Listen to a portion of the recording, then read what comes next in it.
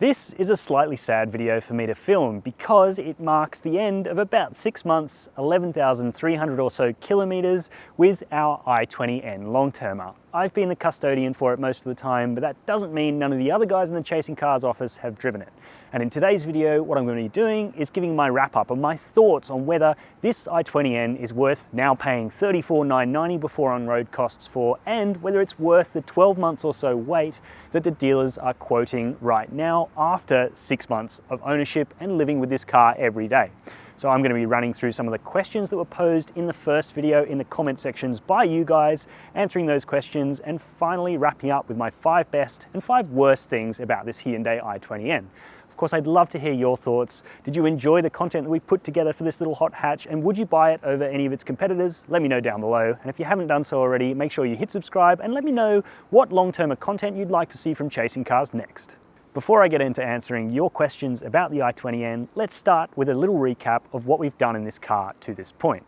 We started off by doing the boring, the usual stuff, driving it to work and around the suburbs, running errands. We've taken it on plenty of fun drives, including a 2000k road trip, which did leave this little car a little worse for wear, but the 3 track days we subjected it to, it stood up to perfectly well. In fact, really well. It's hard not to be impressed by the way this little car keeps going and going out there on the racetrack, but it hasn't come without replacement parts. We had to do a windscreen with a bit of a freak crack to it, and we also replaced the oil a couple of times. I know that's a little bit of a sore point for us here at Chasing Cars, but hey, we've owned that mistake. We've got the right oil in there now. It was a little bit difficult to source initially, but now it should be pretty readily available. The other thing we've done is tires.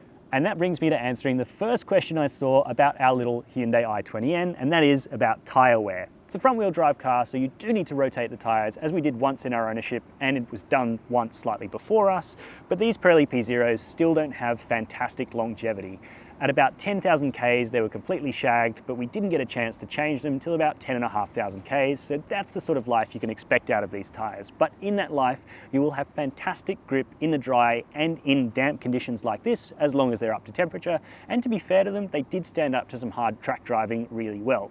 But if you want longer lasting tyres, then something like a Michelin Pilot Sport 4 or a Continental Sport Contact 6 might last you that little bit longer, because 10,000 Ks isn't a huge amount of kilometers for a set of tires. One of the other questions I saw, which is quite pertinent, especially in times like these, is how fuel efficient is this little i20N? Sitting at an average of 7.5 litres per 100 Ks, I'd say that's really good for a car that is as fun and as quick as this. And a lot of that comes down to the lightweight of this little Hyundai i20N, and it means that you can enjoy a fun car even when fuel prices are as high and as unpredictable as they are right now. You can also fuel this car with E10 rated petrol. Not that we've done that, we've kept it at 98 octane premium unleaded, just because it's a little bit nicer to know that you fill the car with high quality petrol. As an extension of how the i20N's ride is to live with every day, I thought I'd extend this question a little bit more into everyday comfort, because for me, the seats have been fantastic. I have enough lumbar support for me, and the manual adjustment allows me to get really low and find a comfortable position. But that's not the case for everyone. A couple of guys in the Chasing Cars office found that these seats lacked lumbar support. Although from swapping seats with them, I know they love a lot of lumbar, so mileage is going to vary depending on the way you sit and the kind of back structure you have. But for me, I've been extremely comfortable, and I really love these seats and the driving position of the i20N. I think it's pretty much best in class. Can you fit a rear-facing child seat in the back of a Hyundai i20N? The answer is absolutely. No big deal at all. The doors actually open quite wide for this car, there's plenty of space in the back, and you've got a practical boot for using every day. So one of the questions I've seen asked a lot in the i20N comment section is whether this car is too firm to daily drive. Now this is one of those questions that's difficult to answer because everyone has their own subjective threshold for how firm a car can be before they find it uncomfortable. For me, I could just about do it knowing that the i20N is so much fun to drive on track and on a good road. However, I do think that objectively the damping could be improved.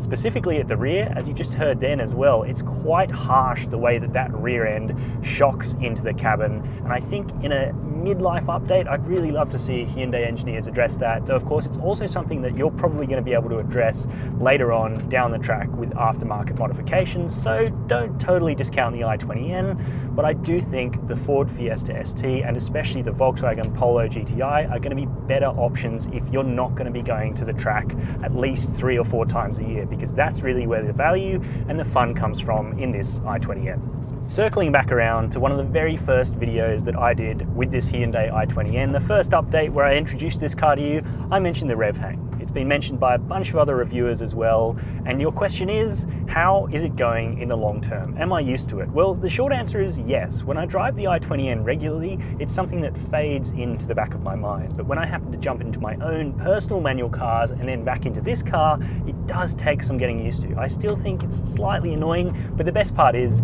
it doesn't happen when you're near red line, and the faster you go, the better it is.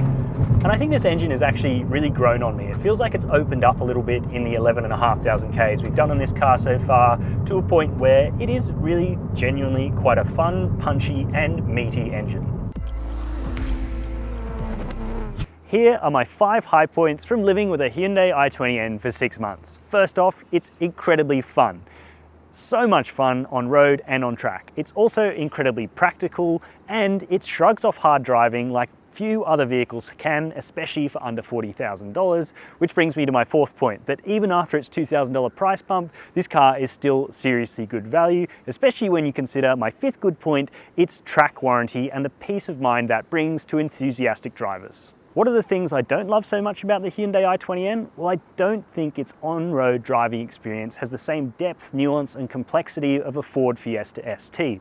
I also happen to think that the ride is a little bit overly firm, but more than that, it's not perfectly matched front to back. The rear is quite a lot firmer, and I think Hyundai could really do with tweaking those ride frequencies to make this feel a little bit more consistent on a good fun back road. Next less than stellar point are these Pirelli P0s, which really get chewed up by our abrasive tarmac here in New South Wales and Australia in general.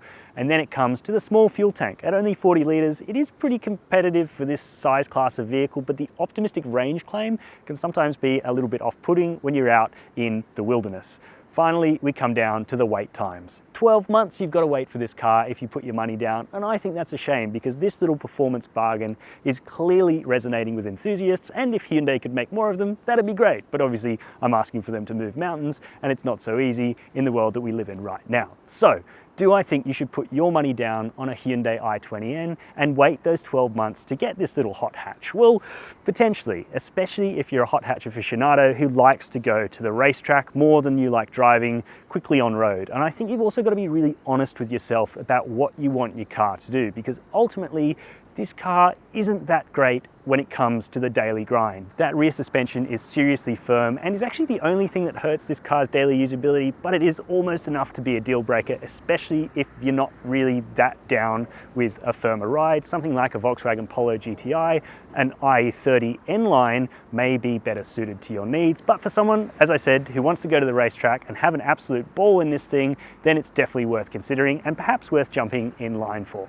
So that's 6 months with the Hyundai i20N. Let me know your thoughts down below, what you want to see us run next, and if you haven't done so already, we'd also love it if you could hit subscribe to the Chasing Cars YouTube channel.